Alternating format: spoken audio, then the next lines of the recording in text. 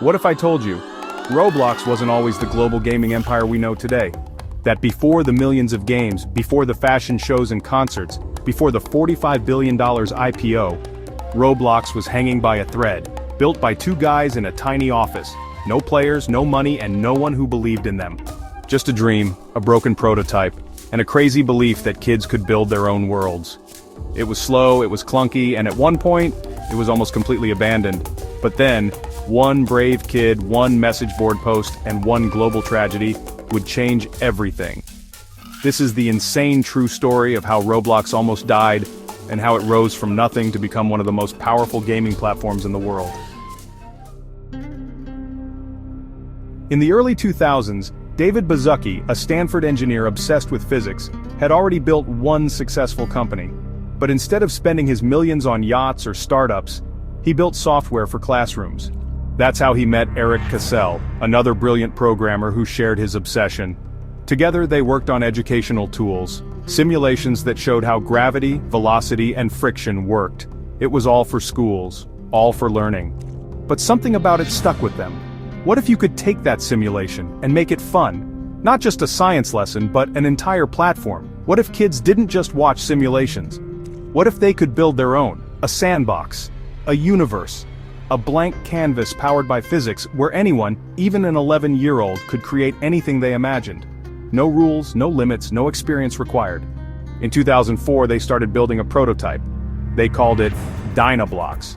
It barely worked. The UI looked ancient even back then, but to them, it was beautiful. And in 2005, they changed the name to Roblox, a mashup of robots and blocks, and from that day on, they poured everything into it. But the problem? Nobody cared. The early Roblox, it was rough. There was no marketing budget, no press coverage, no shoutouts from YouTubers. When they finally launched the beta version, nothing happened. The graphics looked like they were from the 90s. The tools were confusing. And worst of all, there were no games to play. Roblox wasn't a game, it was a platform. But there was no one building anything yet. David and Eric did everything they could. They added avatars, built game templates, added badges and leaderboards. They even hosted events and contests, begging kids to try building something. For years, Roblox stayed in the shadows.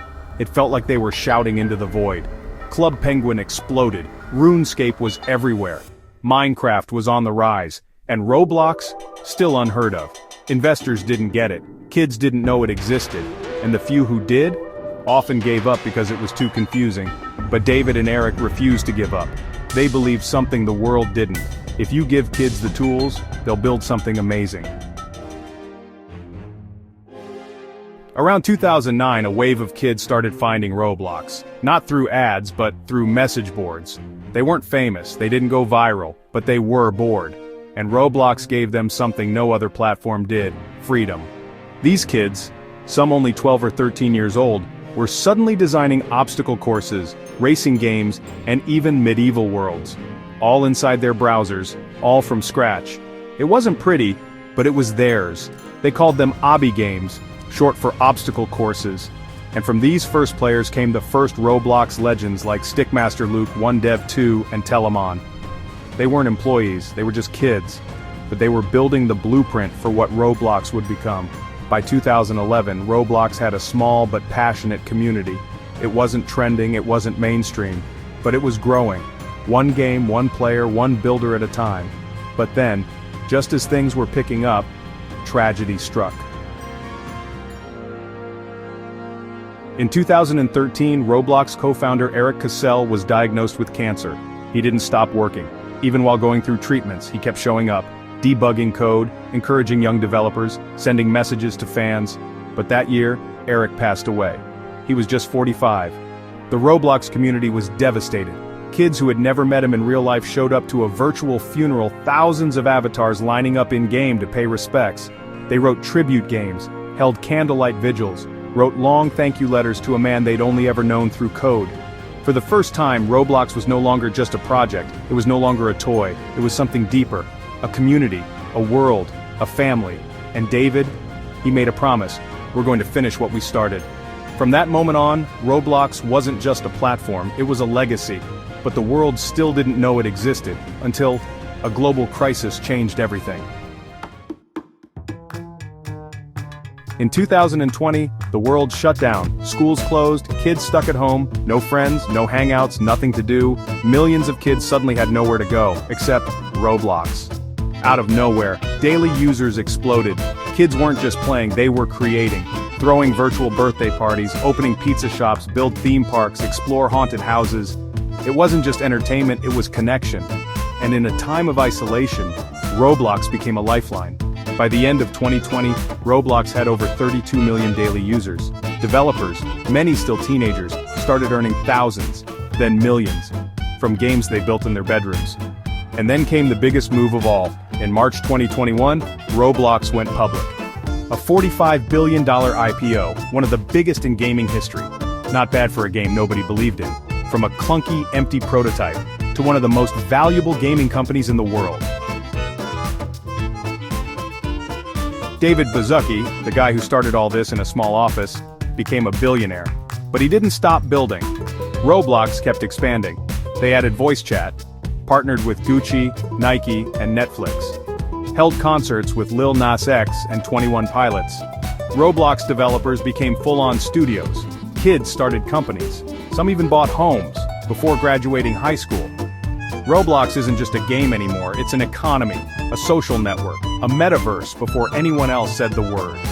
But none of it would have happened if Eric hadn't believed, if kids hadn't discovered it during the pandemic, if one builder hadn't opened their laptop and said, "Let's see what I can create today." Roblox started as a broken sandbox, built by two guys with a crazy vision. It was a clunky physics demo, it had no players, no money, no hype, no roadmap, a ghost town with barely any users, just a dream. But what it had was belief. Belief that kids could create worlds without being professional coders. Belief that creativity wasn't just for adults. And belief that a simple block could become a universe.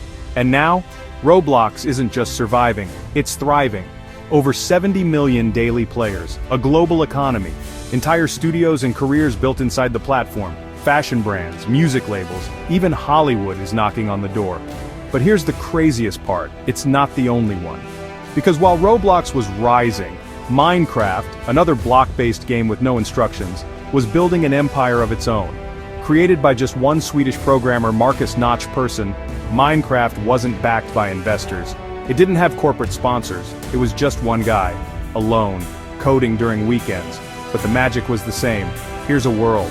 Now build your own. No rules, no levels, no tutorials, just imagination. And that little indie game, it went on to become the best-selling game in history. Over 300 million copies sold. Over 1 trillion views on YouTube. A full-length Hollywood movie starring Jack Black also got released in 2025. What began as two blocky games, mocked for their graphics, dismissed by critics, ignored by the mainstream, are now the two biggest gaming platforms on Earth. Roblox and Minecraft taught us something powerful. You don't need AAA graphics, you don't need millions in funding, you don't even need a studio. All you need is imagination and the courage to build. So the next time someone laughs at your idea, the next time you feel like you're not moving fast enough, remind them where Roblox and Minecraft came from. A tiny dream, a lost friend, and a world built by kids, one block at a time.